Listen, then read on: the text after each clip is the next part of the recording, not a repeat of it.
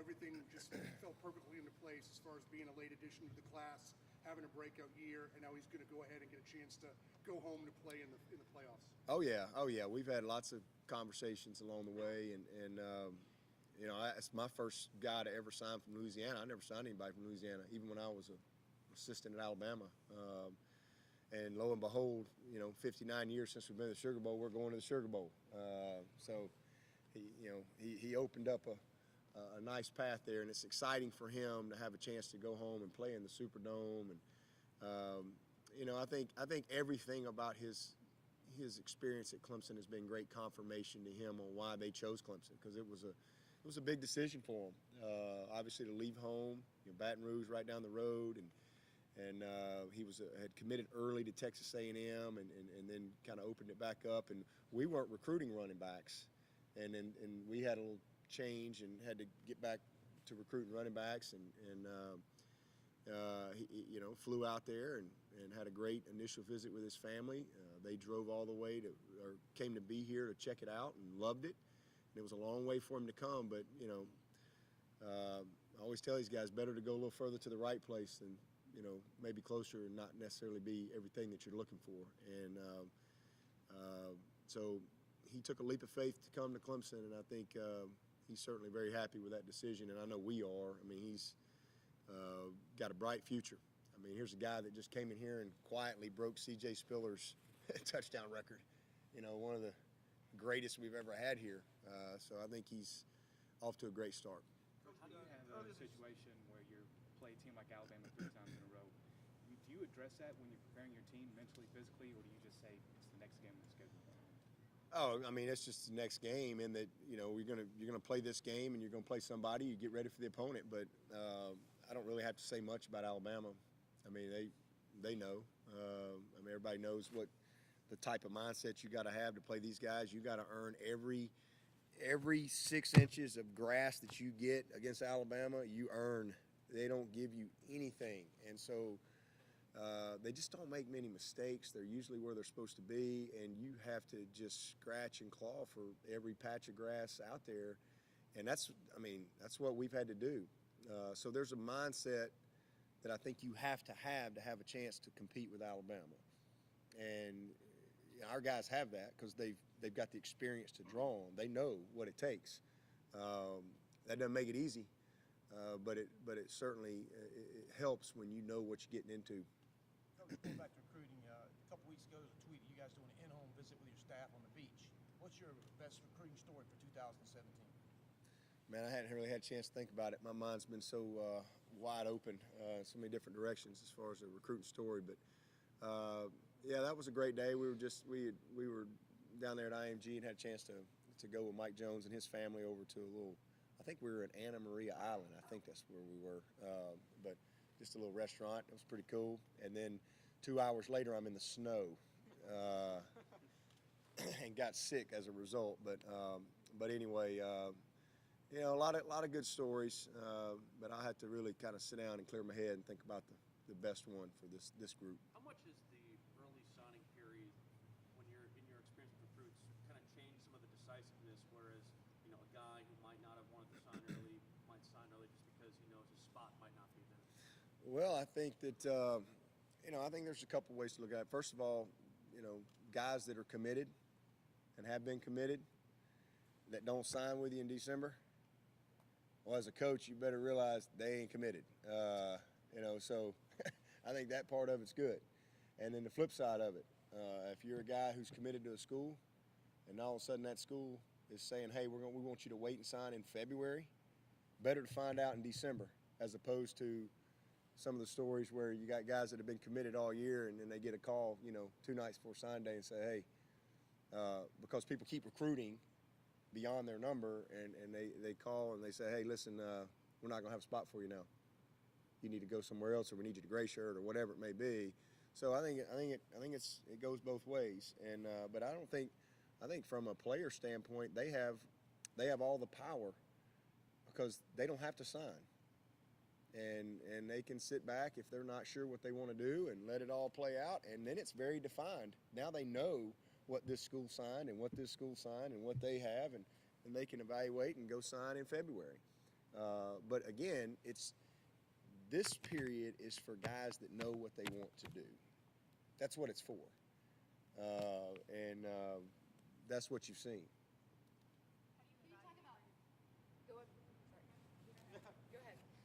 All right. How do you evaluate where this team is at in terms of meeting your standards of preparation right now? I think we're in a good spot. Really, last week was a couple days of just a lot going on with the finals, them having to balance finals because we hadn't had that in a while. But I thought we really hit our stride Saturday, and just been really good energy. It was 3 physical days in a row: Thursday, Friday, Saturday, Sunday, and Monday. We just kind of met and did walkthroughs, kind of just more mental prep. And Monday was a great day for us from a community service standpoint, and then got back on the grass yesterday with pads and had a good, energetic practice. Then we went and had some fun yesterday afternoon, went out to the Frankie's Fun Park. That was a blast. Always fun to see these big guys and grown men act like little kids, throw a go-kart in front of somebody and they just transform. Everybody becomes crazy. But we had a good time with that. And then today will be another tough practice, full pads, and then we'll take tomorrow and Friday and really kind of button it up with the hopes of having the plan done when we leave here on Friday. So I feel good about where we are. I think the coaches have had great preparation. I've tried to balance their schedule to where we've got some uninterrupted time to really feel good about our prep time. So it's been good. Oh no, I'm right in the middle of it. Right in the middle of it, and I won on the slick track for the record. I beat them all. I was first out and first in, so I can't remember who all was on the track. There was about 10 of us, I guess. Along those same lines, you seem like you like to have a lot of fun. One of your players compared you to Martin Lawrence, another to Kramer from Seinfeld. I love Kramer. Right, but how would you describe Martin Lawrence, that's a new one. Martin. I think the dancing really, along with the humor. Yeah. Why is it important for you to have a lot of fun with this team, and what do you think, how they view you, and how important that is to have those strong relationships? I don't try to have a lot of fun. I just love what I do. I just enjoy what I do, and I like to have fun. I like people, and I like my guys. So I just come to work every day and enjoy doing what I do.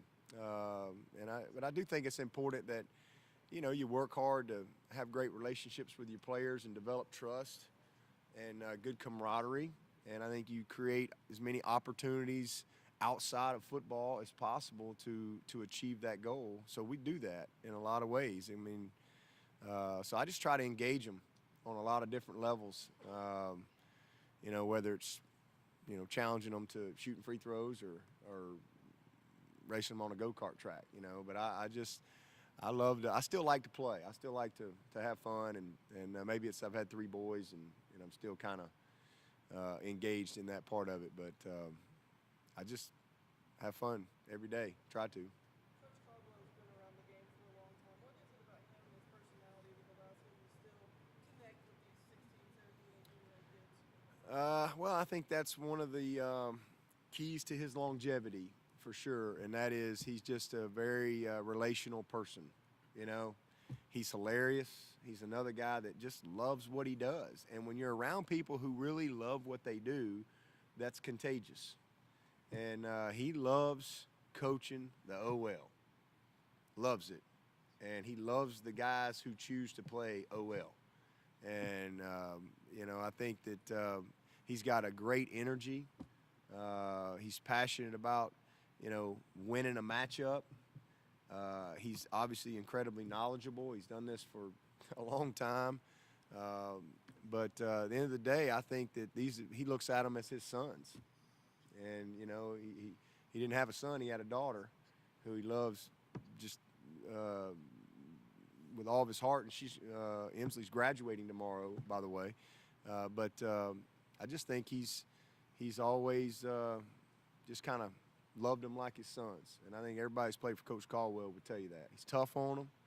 But, man, you talk about a guy that if we could sit around and have a reality TV show going where you didn't know there was a reality TV show, you know, like a reality TV show isn't really a reality TV show because they know there's a camera there.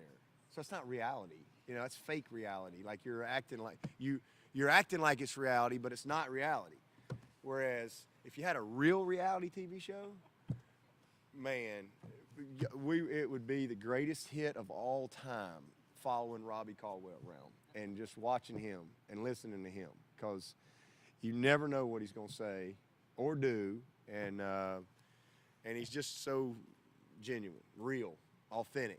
You always know where you stand with Robbie. Pending what you might find out in your fax machine when you leave us, how big of a need is it to fill offensive line?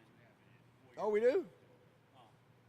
Jackson Carmen, Action Jackson, let's go. Press conference, take two. Oh, man. Well, I mean, he's sometimes you sign guys that have everything in the box. Y'all have heard me say many times, and you just kind of got to put it all together. And you got a lot of those guys that come through here, whether it be a Vic Beasley, you know, kind of takes a little while to develop him into a special guy. And then sometimes you got guys you just kind of, they're just got everything that you could possibly look for, and that'd be a Sammy Watkins, a Deshaun Watson, you know, those type of guys. They just show up and you go, wow. Dexter Lawrence and Christian.